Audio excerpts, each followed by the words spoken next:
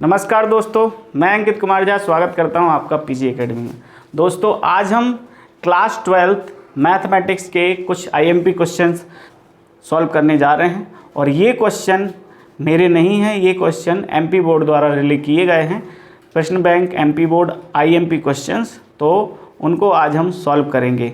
अगर जिनके पास ये क्वेश्चंस ना हो तो वो एमपी गवर्नमेंट की साइट को विजिट करके वहाँ से ये डाउनलोड कर सकते हैं और मैं आपको डिस्क्रिप्शन बॉक्स में भी दे दूंगा। साइट का नाम है wimers.gov.in, ये मैंने यहाँ पर लिखी भी है wimers.mp.gov.in। इसको विजिट करके आप इन क्वेश्चंस के जो है ना लिंक पर जा सकते हैं, डाउनलोड कर सकते हैं। तो चलिए स्टार्ट करते हैं आज का वीडियो। यहाँ पर क्वेश्चन नंबर फर्स्ट है, ऑब्जेक्टिव का क्वेश्चन नंबर फर्स्ट। पहले हम लेते हैं ऑब्जेक्टिव। तो पहले मैं आपको बता दूं, इसमें पहले चैप्टर में से यानी कि रिलेशन और फंक्शन में से आएगा कितने मार्क्स का।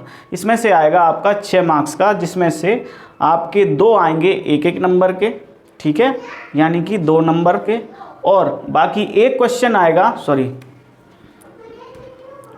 2 क्वेश्चन आएंगे 1 नंबर के, तो हो गए 2 नंबर के, और एक क्वेश्चन आएगा आपका 4 नंबर का, यानी कि टोटल 6 अंक के आएंगे। तो पहला क्वेश्चन आपको ये दिख रहा है, एक फंक्शन डिफाइन है रियल टू रियल, और फंक्शन क्या दिया हुआ है 3 - x³ की होल पावर 1/3 द्वारा प्रदत्त है, जो f(f(x) के बराबर है। तो अपने लिए f(f(x) पता करना है। इंग्लिश में if f real to real f(x) = 3 - x³ का whole 1/3 then what is the value of f(f(x)। तो स्टार्ट करते हैं इसको सॉल्व करना। मैं आपको सॉल्व भी बता देता हूँ। वैसे इसका आंसर होगा क्या, x।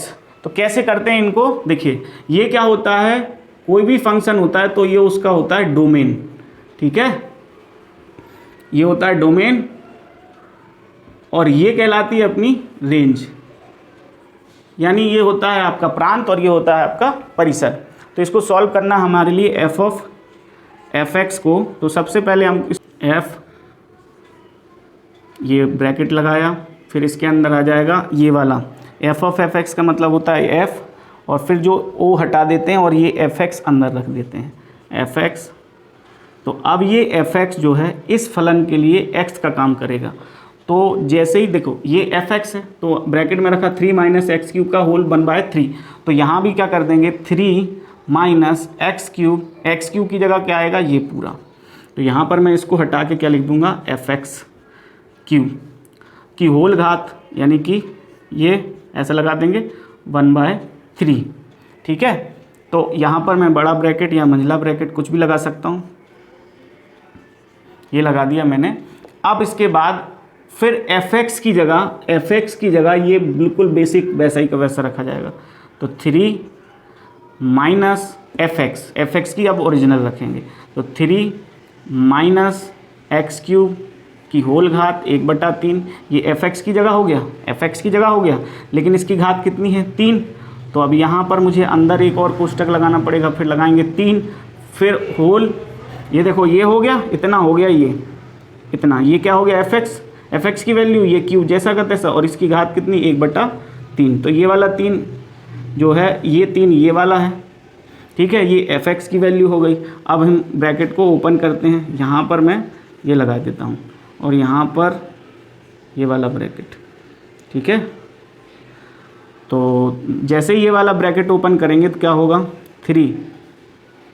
पहले तो हम क्या करते हैं, ये जो दिख रहा है आपको, पहले ये वाला खोलते हैं, ठीक है, ये मंझला वाला एक एक करके खोलेंगे, तो ये हो जाएगा 3 - x³ की होल पावर 1/3 × 3, ठीक है, और की होल पावर 1/3।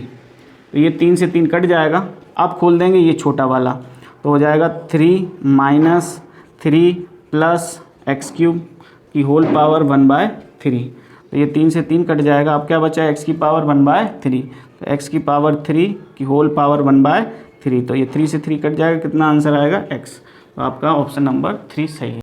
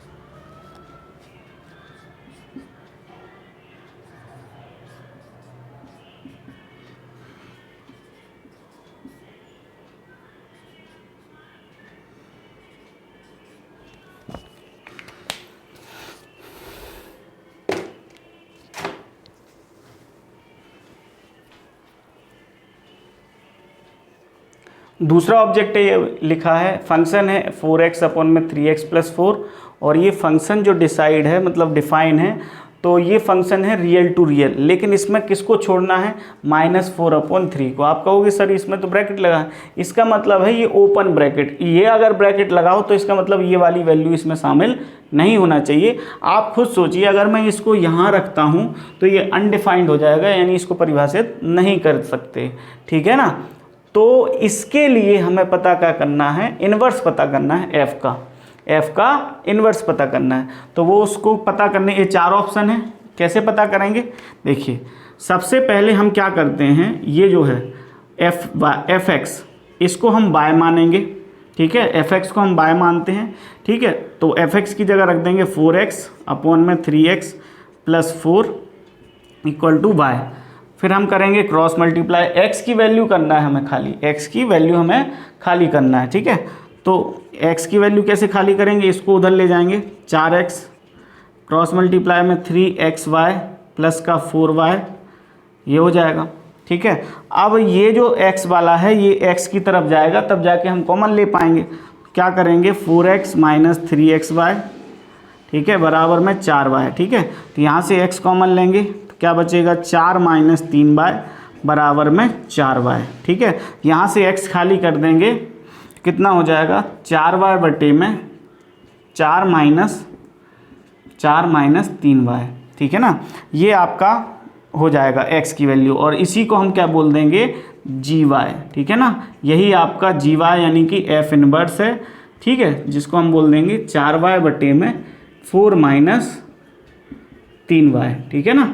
तो जब भी fx का हमें इन्वर्स निकालना हो, यानी f इन्वर्स निकालना हो, तो उसके बराबर में बाय मान के क्रॉस मल्टीप्लाई करके y की फॉर्म में पूरा का पूरा फंक्शन ले जाओ, तो x जो आता है वही f इन्वर्स होता है। तो यहाँ पर देख लेते हैं ये कौन सा है, option number C is the correct, no C नहीं है, 4 माइनस 3y, 4y बटे में 4 माइनस, ये आपका बी ऑप्शन सही है। तो चलिए अगला देखते हैं। तीसरा है ऑब्जेक्टिव में कि एक सेट दिया है 1 2 3 4 का, ठीक है। इसमें रिलेशन एक ये दिया हुआ है। अब ये रिलेशन जो है वो कौन सा है, इन 4 ऑप्शन में से कौन सा है, किस शर्त को फॉलो कर रहा है, तो देखते हैं हम। देखिए 1 2 है, 2 2 है, 1 1 है, 4 4 है, 3 3 भी है, यानी कि इसमें ऑप्शन कितने एलिमेंट हैं, 1 2 3 4। तो अगर चारों के 4 ऑप्शन जितने की सेट में दिए हुए होते हैं उनको अगर दोहराया जाता है ऐसे, ठीक है, 3 3 4 4, ये सभी के सभी ऑप्शंस के डबलेट हैं, यानी डुप्लीकेट हैं। देखिए 1 1 2 2 3 3 4 4 है, 1 1 है, 2 2 है, 3 3 है, 4 4 है, और इसके अलावा भी अगर कुछ पाए जाते हैं तो वो रिफ्लेक्सिव होता है, यानी कि ये तो पक्का है कि ये रिफ्लेक्सिव है। अब देखते हैं क्या ये सिमेट्रिक है, कि क्या इसके पूरे के पूरे ऑर्डर्ड पेयर यानी कि क्रमिक युग्म, ये कहलाते हैं ये ऑर्डर्ड पेयर यानी क्रमिक युग्म। पहला होता है ए, दूसरा होता है बी, ठीक है। तो ये क्या सिमेट्रिक को फॉलो कर रहे हैं, यानी सममित संबंध को फॉलो करते हैं क्या है। तो 1 2 2 1 है, कहीं 2 1 तो नहीं दिख रहा, ठीक है। तो इसका मतलब 2 1 नहीं है, 1 2 है लेकिन 2 1 नहीं है, तो ये आपका ऐसा होना चाहिए था, 1 2 है तो 2 1 भी होना चाहिए था, तो इसका मतलब ये सिमेट्रिक नहीं है। लास्ट तीसरा बचता है ट्रांजिटिव। क्या ये ट्रांजिटिव है, देख लेते हैं। तो ट्रांजिटिव की कंडीशन क्या होती है कि ए बी अगर रिलेशन में है, बी सी रिलेशन में है, तो ए सी भी रिलेशन में होना चाहिए, यानी कि पहले का दूसरा और दूसरे का पहला कॉमन है, पहले का दूसरा और दूसरे का पहला कॉमन है, तो पहले का पहला और दूसरे का दूसरा भी कहीं ना कहीं इसी में होना चाहिए। तो देखते हैं 1 2 रिलेशन में है तो इसका दूसरा इसका पहला है, तो ये ए बी हो गया, ये बी सी हो गया। तो ए सी भी रिलेशन में है क्या, ए सी यानी 1 2 है ना, यही का यही मिल गया। तो ए बी बी सी ए सी है, तो ये देखते हैं, तो ये ट्रांजिटिव है, ठीक है। ये अपने आप में ट्रांजिटिव होगा क्योंकि एक इसके अलावा 1 1 किसी का दूसरा, इसका दूसरा किसी का पहला है, हाँ है 1 3। तो देखते हैं ए बी बी सी, तो ए सी यानी 1 3 है, ये है, तो इसका मतलब क्या है, ये भी आपका ट्रांजिटिव है। देखते हैं 4 4, किसी का इसका दूसरा, किसी का पहला है नहीं है, तो ये अकेला ही बादशाह है। अगर अकेले ही हो, यानी कि किसी भी कोष्टक का ऑर्डर्ड पेयर का दूसरा एलिमेंट कहीं और ना पाया जाए, कहीं किसी और का पहला ना हो, तो वो अपने आप में ट्रांजिटिव होता है। इसका दूसरा किसी का पहला है, आप कहोगे जी सर है, तो ये देखते हैं 3 3 है, तो बी ए बी रिलेशन में है, बी सी भी रिलेशन में है, तो 3 2 यानी ए सी रिलेशन में है क्या, ए सी यानी 3 2 है ना, यही कोष्टक उसका काम कर जाएगा। तो इसका मतलब ये भी ट्रांजिटिव है। तो इसका मतलब पहला इसमें क्या, स्वतुल्य यानी रिफ्लेक्सिव हो गया था, ठीक है। सिमेट्रिक नहीं हुआ था, क्योंकि सिमेट्रिक नहीं हुआ था यानी सममित, ठीक है, सममित नहीं हुआ था ये। तो ये ए 1 2 था लेकिन 2 1 नहीं था, ये नहीं था, इसका मतलब ये सिमेट्रिक नहीं है। ट्रांजिटिव की हमने अभी पहचान कर ली, यानी संक्रामक की अभी हमने पहचान कर ली कि संक्रामक ये रिलेशन है। तो हम देखेंगे स्वतुल्य सम्मित, ये हट गया, स्वतुल्य संक्रामक है लेकिन सम्मित नहीं है, तो ऑप्शन बी हमारा सही हो जाएगा, ठीक है ना। देखिए क्वेश्चन नंबर 4 है, इस ऑब्जेक्टिव का सॉल्यूशन क्या होगा अपन देखते हैं। सबसे पहले तो ये क्या कह रहा है, 1 2 और 2 3 का यूज़ करो, 1 2 और 2 3 ऑर्डर्ड पेयर का यूज़ करो, ठीक है, और सेट इसमें से भी कुछ ले लो और आप इसको बनाओ, क्या क्या इसको बनाओ, आप बनाइए, आप इसको स्वतुल्य यानी रिफ्लेक्सिव बनाइए, दूसरा इसको बनाइए आप सम्मित यानी सिमेट्रिक बनाइए, ठीक है। लेकिन ये संक्रामक नहीं होना चाहिए, संक्रामक यानी कि क्या होता है, ट्रांजिटिव नहीं होना चाहिए, ट्रांजिटिव नहीं चाहिए। तो मैंने यहाँ पर सबसे पहले इसके कार्टेशियन प्रोडक्ट निकाले। कार्टेशियन प्रोडक्ट कैसे निकालते हैं कि ये ए यहाँ भी रख दिया और ए के साथ ए का कार्टेशियन प्रोडक्ट निकालना चालू किया, तो ए में 1 2 3 1 2 3, ठीक है। तो 1 का तीनों के साथ 1 1 1 2 1 3 1 1 1 2 1 3 2 1 2 2 2 3 2 1 2 2 2 3 3 1 3 2 3 3, ये कार्टेशियन प्रोडक्ट निकाला। अब इसमें से हम ये देखते हैं कि रिफ्लेक्सिव और सिमेट्रिक तो बनाना है लेकिन ट्रांजिटिव नहीं बनाना है, और 1 2 और 2 3 उसमें शामिल ज़रूर होना चाहिए। तो हमने 1 2 और 2 3 स्टार्टिंग में ही लिख लिया। अब हमने क्या बनाना है इसको, रिफ्लेक्सिव। तो रिफ्लेक्सिव के लिए जो भी आपका सेट लिया गया है उसमें जितने भी एलिमेंट हैं सबका डबलेट होना चाहिए। डबलेट मतलब 1 का डबलेट 1 1, 2 का डबलेट 2 2 और 3 का डबलेट मतलब ए भी 3 होना चाहिए, बी भी 3 होना चाहिए। तो ये हो गया आपका रिफ्लेक्सिव। देखते हैं सिमेट्रिक है क्या। तो सिमेट्रिक ये तो अपने आप में है ही, ए बी और बी ए। 1 1 तो उल्टा होगा तो भी 1 1 होगा, 2 2 का उल्टा 2 2 ही होगा, 3 3 का उल्टा 3 3 ही होगा। लेकिन 1 2 का रिफ्लेक्सिव क्या होगा, 1 2 का होगा 2 1, तो हमें वो कह रहा है सिमेट्रिक बना नहीं है, तो 1 2 का उल्टा 2 1 इसमें से उठाकर रख दो, 2 1 ये हो गया। फिर देखा 2 3 का उल्टा, 2 3 का उल्टा हो गया क्या, 3 2, ठीक है। तो ये हो गया अपना क्या, सिमेट्रिक भी बन गया। सभी ऑर्डर्ड पेयर के सिमेट्रिक भी हो गए, ठीक है, और रिफ्लेक्सिव भी हो गए। लेकिन क्या इसमें ट्रांजिटिव बन रहा है क्या, ट्रांजिटिव ये सभी में ट्रांजिटिव हो रहे हैं क्या, तो अपन देखते हैं।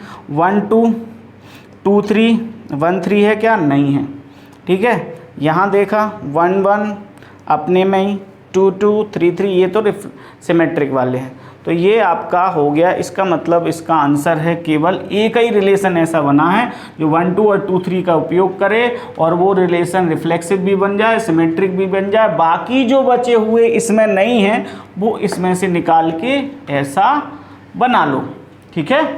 तो ऑप्शन आपका ए सही है। एक ऐसा रिलेशन बनेगा जो इन दोनों का यूज़ करेगा, इन दोनों के सिमेट्रिक और रिफ्लेक्सिव भी यूज़ करना है। तो 1 2 और 2 3 यानी कि कुल मिला के 1 2 3 का रिफ्लेक्सिव यानी कि सबके डबलेट होना चाहिए, और 1 2 और अच्छा जो डबलेट होते हैं ना वो अपने आप में सिमेट्रिक भी होते हैं। यानी ए 1 है, B 1 है, तो उल्टा करेंगे तो 1 1 ही रहेगा, यानी ये अपने आप का सिमेट्रिक है। 2 2 अपने आप का है, 3 3 अपने आप का है।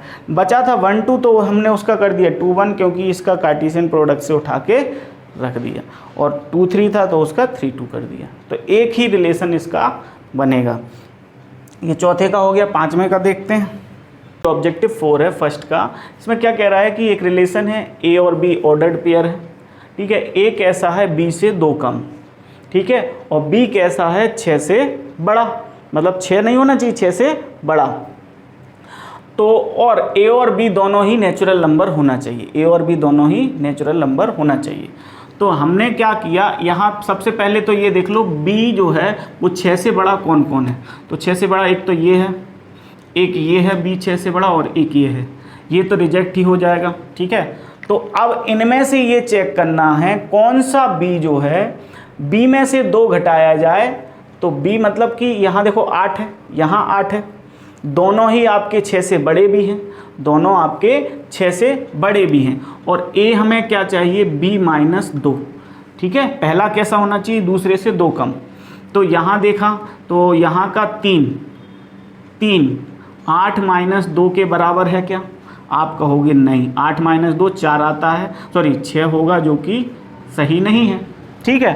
फिर हमने कहा कि 6 8 - 2 के बराबर है, आपने कहा बिल्कुल सही है, तो ऑप्शन आपका C सही है।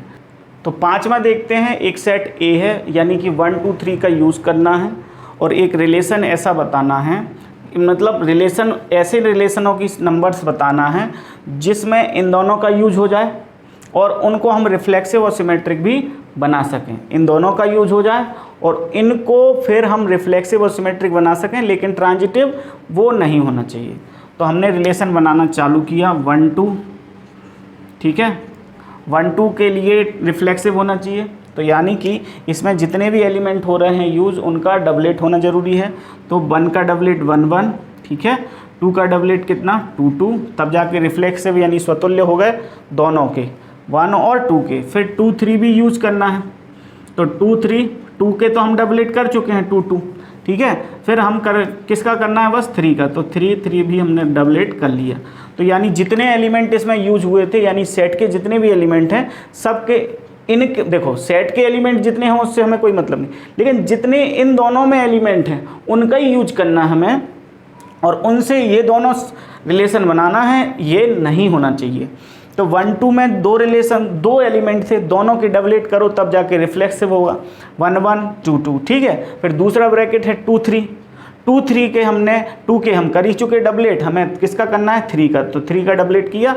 तो यानी देखो 1 1 2 2 3 3, और जब भी ध्यान रखना जितने भी एलिमेंट हों उनके अगर डबलेट होते हैं यानी उनके हमशक्ल होते हैं तो वो रिफ्लेक्सिव होता है, यानी स्वतुल्य होता है। फिर हमें क्या देखना है, सिमेट्रिक। तो सिमेट्रिक में देखो ये जो रिफ्लेक्सिव होते हैं वो सिमेट्रिक, रिफ्लेक्स के जो डबलेट वाले होते हैं, डबलेट वो ऑटोमेटिकली सिमेट्रिक होते ही हैं। देखो अगर ये A और ये B है, सिमेट्रिक का मतलब क्या है, AB रिलेशन में है तो BAB रिलेशन में होना चाहिए, ठीक है। तो सिमेट्रिक यानी कि 1 1 रिलेशन में है तो उल्टा करेंगे तो 1 1 ही होगा, यानी दोनों सेम है, तो ये सिमेट्रिक है। 2 2 अपने आप का ही उल्टा होता है, यानी AB तो BAB यही होगा, तो यानी कि ये रिलेशन में है। 2 3 इसको, इसका रिलेशन में इसका सिमेट्रिक क्या होगा, इसका सिमेट्रिक हो जाएगा 3 2, तो कर दिया। इसका सिमेट्रिक करो 1 2 का, 1 2 का सिमेट्रिक क्या हो जाएगा 2 1। अब किसका बचा, हाँ इसका और बचा 3 3 का, तो 3 3 का उल्टा करेंगे तो 3 3 ही बनेगा, यानी कि ये भी सिमेट्रिक हो गया। 1 2 का भी सिमेट्रिक हो गया, 2 1 1 1 का होता ही है 1 1, 2 2 का 2 2 ही होता है, 2 3 का 3 2 कर दिया, ठीक है सिमेट्रिक, और 3 3 का 3 3 होता है। अब ये देखो ये रिलेशन इन दोनों को फॉलो कर रहा है, क्या ये ट्रांजिटिव है, ये देख लेते हैं। तो ट्रांजिटिव क्या कहता है, ट्रांजिटिव कहता है कि AB अगर रिलेशन में है, BC रिलेशन में है, तो AC भी रिलेशन में होना चाहिए। मतलब पहले का दूसरा अगर रिलेशन के ऑर्डर पेयर में है और दूसरे का पहले का दूसरा और दूसरे का पहला अगर रिलेशन में हैं तो पहले का पहला और दूसरे का दूसरा सॉरी, पहले का पहला और दूसरे का दूसरा, यानी AC भी रिलेशन में होना चाहिए। तो देखते हैं 1 2, इसका दूसरा कहीं पहला है जी, बिल्कुल है, ये भी है और वो भी है। तो 1 2 रिलेशन में, 2 2 रिलेशन में है, तो क्या 1 2 रिलेशन में है? जी हाँ, बिल्कुल यही का यही है। देखो AB BC और AC है, AC यानी 1 2, यही है 1 2। फिर इसके साथ देख लेते हैं 1 2, ये ट्रांजिटिव है, लेकिन ऐसा हमें रिलेशन देखना, सभी के सभी जो है ना एलिमेंट उसके कैसे होना चाहिए? ट्रांजिटिव। ये ट्रांजिटिव है क्या? 2 3 ट्रांजिटिव है, देखते हैं 2 3, इसका दूसरा किसी का पहला है, ये है, देखो 3 3, तो 2 3 3 3, तो 2 3 है, ये वाला हो गया। चलो ये वाला देख लेते हैं 3 2, इसका दूसरा इसका पहला मैच कर रहा है, 3 2 2 1, किसी में 3 1 है क्या? कहीं 3 1 तो कहीं नहीं पाया जा रहा है, यानी ये जोड़ा जो है वो ट्रांजिटिव को फॉलो नहीं कर रहा है। तो एक भी जोड़ा अगर ट्रांजिटिव को फॉलो नहीं करता तो पूरा ही रिलेशन ट्रांजिटिव नहीं होता। तो ये रिलेशन ट्रांजिटिव नहीं है। तो आपका आंसर कितना हो गया? आपका आंसर हो गया, ऐसा एक रिलेशन बन रहा है जिसमें इन दोनों का यूज हो जाए और वो रिफ्लेक्सिव और सिमेट्रिक हो जाए, तो इसका आंसर जो है वो 1 होगा, जो कि ऑप्शन नंबर आई थिंक पहला ही है। ठीक है, तो इसका आंसर हो जाएगा 1। अब देखते हैं इसका ऑप्शन ऑब्जेक्टिव छठवां, इसमें एक सेट है 1 2 3 और इसमें वो कह रहा है कि आपको 1 और 2 ऑर्डर्ड पेयर का यूज़ करना है और इसको बनाना क्या है आपको? तुल्यता संबंध यानी इक्विवेलेंस रिलेशन। ऐसा रिलेशन जो रिफ्लेक्सिव, सिमेट्रिक और ट्रांजिटिव तीनों की कंडीशन फॉलो करे। तो ऐसे कितने रिलेशन बनाए जा सकते हैं इनका और इनका यूज़ करते हुए? तो इसका आंसर आपका 2 होगा। 2 ऐसे रिलेशन बनाए जा सकते हैं। इससे पहले वाले क्वेश्चन में मैंने आपको डिटेल्स में समझाया था, आप उसका सहारा लेकर इसको सॉल्व कर सकते हैं। और मैं डिस्क्रिप्शन बॉक्स में भी रिफ्लेक्सिव, ट्रांजिटिव और सिमेट्रिक का यानी कि इक्विवेलेंस रिलेशन का बेसिक वाला वीडियो जो है ना, मैंने बहुत पहले बनाया था, वो मैं आपको डाल दूंगा, तो उससे आप ये कर सकते हैं। तो अब शुरू करते हैं हम क्वेश्चन सॉल्व करना। तो क्वेश्चन नंबर फर्स्ट सॉल्व करते हैं। क्वेश्चन नंबर फर्स्ट इसका है, इसमें 4 मार्क्स का एक क्वेश्चन फर्स्ट जो है वो कह रहा है एक रिलेशन है और इस रिलेशन में T1 और T2 2 ट्राइंगल हैं और दोनों कैसे हैं? एक दूसरे के सर्वांग सम, यानी कि सर्वांग सम यानी इंग्लिश में बोलते हैं कॉन्ग्रुएंस। मैंने ये साइन बनाया हुआ है इक्वल के ऊपर सिमिलैरिटी का साइन, तो ये कॉन्ग्रुएंस का साइन है। तो दोनों ट्राइंगल कॉन्ग्रुएंस हैं। फिर बताइए कि ये दोनों ट्राइंगल कॉन्ग्रुएंस हैं और ये पूरा रिलेशन बताना है अपने लिए तुल्यता संबंध है यानी इक्विवेलेंस रिलेशन है। तो इक्विवेलेंस रिलेशन के लिए होना चाहिए क्या? ये तीनों के तीनों मतलब रिफ्लेक्सिव, सिमेट्रिक और ट्रांजिटिव, अगर तीनों कंडीशन को, तीनों रिलेशन ये रिलेशन है, तीनों रिलेशन की शर्तों को ये रिलेशन फॉलो करता है, तो वो इक्विवेलेंस यानी कि तुल्यता संबंध है। तो चलिए चेक करते हैं। पहला, तुल्यता के लिए यानी फॉर रिफ्लेक्सिव, ठीक है, शॉर्ट में लिख दिया। क्या कहता है reflexive? AA belongs to R, ठीक है, AA बिलोंग्स टू R, मतलब कि दोनों के दोनों बराबर होना चाहिए और वो रिलेशन में होना चाहिए दोनों। तो क्या प्रत्येक ट्राइंगल अपने आप के सर्वांग सम यानी कि प्रत्येक त्रिभुज अपने आप के सर्वांग सम होता है कि each triangle congruence with itself? तो यस, मतलब प्रत्येक त्रिभुज अपने आप के सर्वांग सम होता है। तो हमें क्या लिखना है यहाँ पर? प्रत्येक त्रिभुज स्वयं के सर्वांग सम होता है, ठीक है, यानी ईच ट्राइंगल कॉन्ग्रुएंस, शॉर्ट में लिख दिया कॉन्ग्रुएंस विद इटसेल्फ, ठीक है।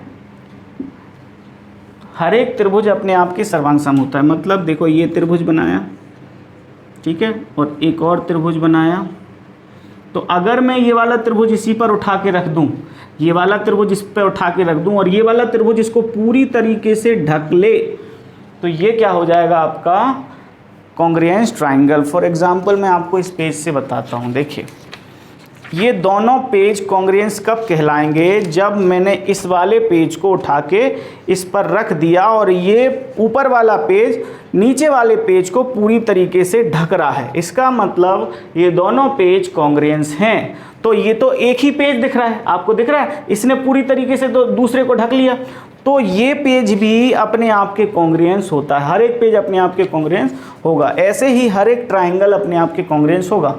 तो अगर हर एक ट्राइंगल अपने आप के कॉन्ग्रुएंस है तो स्वतुल्य हो जाएगा, यानी ट्रांजिटिव हो जाएगा। T1 belongs to relation, T2 के कॉन्ग्रुएंस होगा तो वो भी रिलेशन में है। ठीक है, तो क्या लिख देंगे, अतः R स्वतुल्य है। इंग्लिश में लिख देंगे हैंस R इज रिफ्लेक्सिव। दूसरा सिमेट्रिक चेक करना है, सिमेट्रिक। तो अगर इफ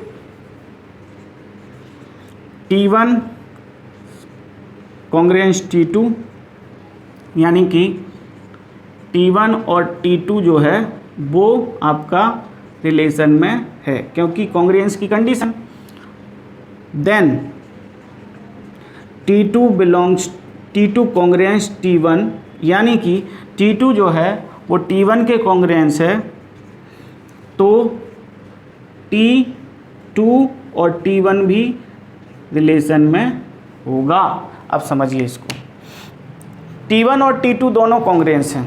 पहला त्रिभुज दूसरे के सर्वांगसम है, पहला ट्राइंगल दूसरे के कॉन्ग्रुएंस है, तो दूसरा भी ट्राइंगल पहले के कॉन्ग्रुएंस होगा, दूसरा ट्राइंगल भी पहले के कॉन्ग्रुएंस होगा, यानी T1 congruence T2 then T2 congruence T1, यानी कि दोनों ही सिमेट्रिक रिलेशन को फॉलो कर रहे हैं। तो हम क्या लिख देंगे, R इज सिमेट्रिक। शॉर्ट में लिख रहा हूँ, यानी हिंदी में लिख देंगे अतः R सममित है। ठीक है, अब हमें चेक करना है क्या, संक्रामक, यानी कि इंग्लिश में बोले तो ट्रांजिटिव। तो तीसरा हेडिंग डालेंगे और लिख देंगे फॉर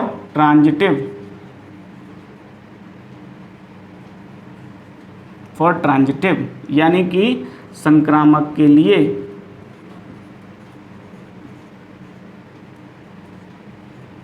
देखते हैं, A, B belongs to R, then B, C belongs to R, तब A, C भी रिलेशन में होना चाहिए।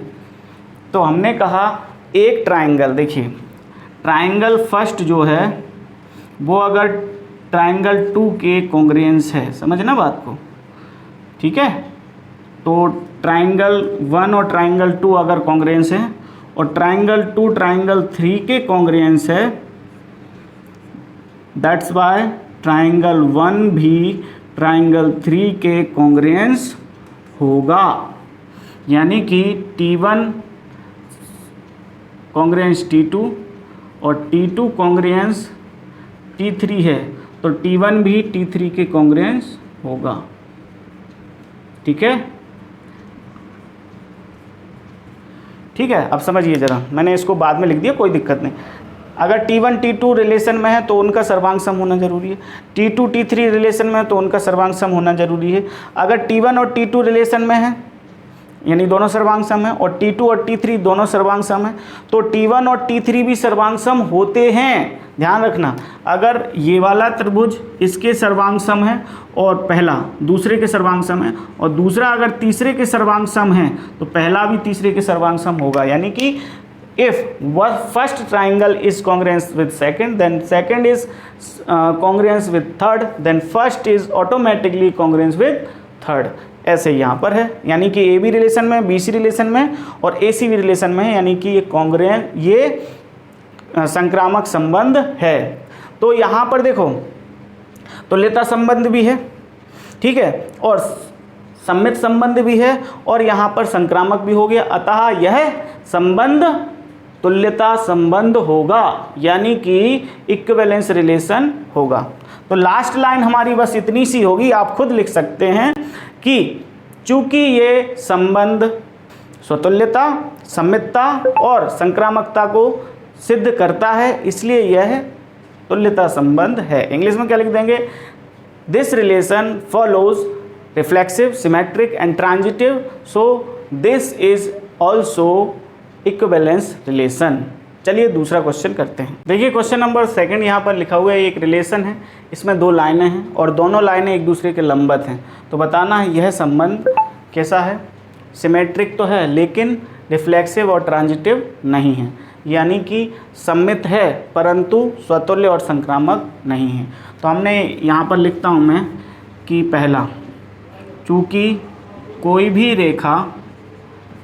रेखा एक स्वयं के लंबवत नहीं हो सकती,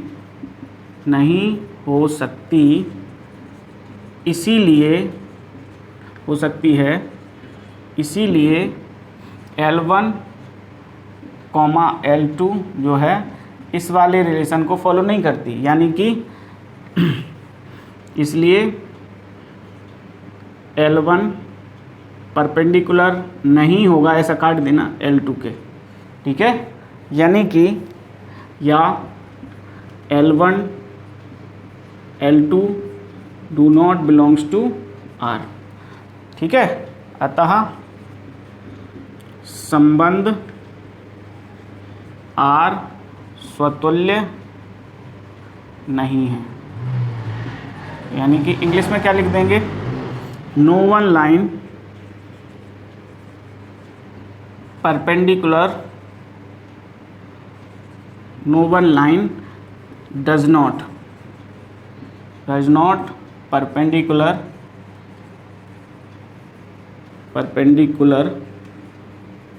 to itself,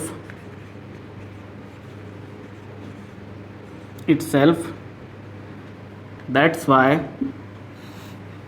L1 is not perpendicular का साइन है, इसको काट देंगे L2, यानी कि L1, L2 do not belongs to R, therefore R is not reflexive, ठीक है। देखते हैं ये स्वतुल्य है, स्वतुल्य नहीं है, ये तो हमने प्रूव कर दिया स्वतुल्य नहीं है, ठीक है, स्वतुल्य और संक्रामक नहीं है। तो संक्रामक और देखना है, तो अभी हम सिमेट्रिक देख लेते हैं। तो हम क्या लिखेंगे? सिमेट्रिक में क्या कहता है? If L1 is perpendicular L2, यानी कि L1 और L2 जो है रिलेशन में हैं, मान लिया हमने, ठीक है।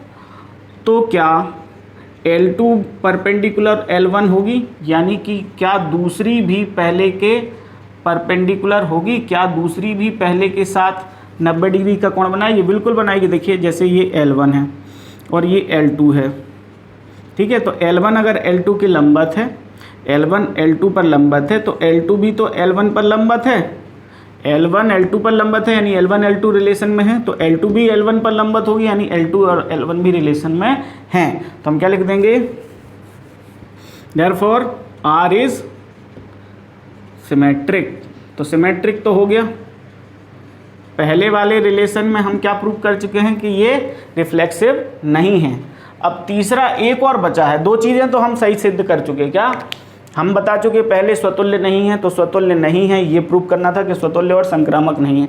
अभी हम एक रिलेशन यानी स्वतुल्य जो है वो नहीं कर चुके हैं कि स्वतुल्य रिलेशन तो नहीं है ये, और हमने ये भी प्रूव कर दिया कि सममित है। देखिए L1 L2 के लंबवत, तो L2 L1 के लंबवत। अब हमें देखना है कि ये संक्रामक नहीं है। तो देखते हैं तीसरा। देखिए मैं डायग्राम से समझाता हूँ आपको। अगर एक L1 लाइन L2 लाइन के परपेंडिकुलर है, ठीक है, तो मैं यहाँ पर लिख सकता हूँ L1 L2 belongs to R, ठीक है, और L2 लाइन जो है वो किसी तीसरी लाइन L3 पर लंबवत है, ठीक है। L2 लाइन जो है वो किसी L3 लाइन पर, ये वाली लाइन पर लंबवत है। तो हम यहाँ पर लिख सकते हैं L2 लाइन जो है वो L3 पर लंबवत है, तो रिलेशन में है, ठीक है। L2 L3 भी रिलेशन में है, लेकिन हमने ये देखा, ये डायग्राम से हमने ऑब्जर्व किया कि L1 L2 के लंबत है और L2 L1 के लंबत है, लेकिन L1 और L3 कैसे हो गए? पैरेलल। तो हम यहाँ पर लिख देंगे, रिलेशन भी साथ में लिख देंगे, L1 परपेंडिकुलर L2 और L2 परपेंडिकुलर है L3 के, ठीक है।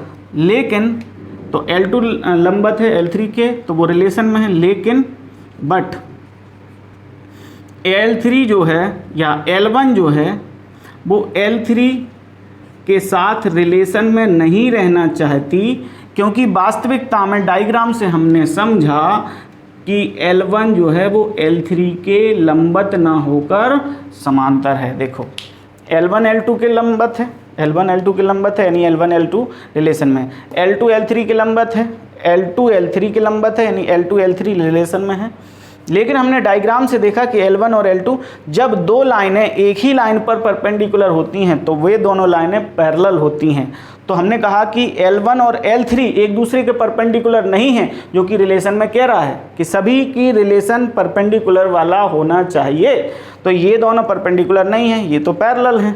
डायग्राम से देखा तो ये वाला रिलेशन परपेंडिकुलर को फॉलो नहीं करता, यानी कि that's why R is not reflexive. ठीक है दोस्तों, तो ये आपको मैंने यहाँ पर प्रूव कर दिया। अगर आपने नोट नहीं कर पाया हो तो इसको पॉज करिए और नोट कर सकते हैं। पहली वाली कंडीशन भी बता दी मैंने, दूसरी भी बता दी। पहली क्या बताई थी मैंने? स्वतुल्य नहीं है, तो बता दिया था कैसा, कि कोई भी लाइन अपने आप के परपेंडिकुलर नहीं हो सकती, यानी कि स्वतुल्य यानी रिफ्लेक्सिव नहीं है। दूसरा बताया मैंने सिमेट्रिक, यानी कि पहली लाइन अगर दूसरे के परपेंडिकुलर है तो दोनों रिलेशन में है, तो दूसरी लाइन भी पहले के परपेंडिकुलर होगी, यानी कि वो भी रिलेशन में हो गई। फिर हमने देखा संक्रामक नहीं है, प्रूव करना है, तो हमने कहा पहली लाइन दूसरे के परपेंडिकुलर है तो यानी कि वो रिलेशन में है, और दूसरी लाइन तीसरे के परपेंडिकुलर है तो वो भी परपेंडिकुलर वाले रिलेशन को फॉलो कर रहा है।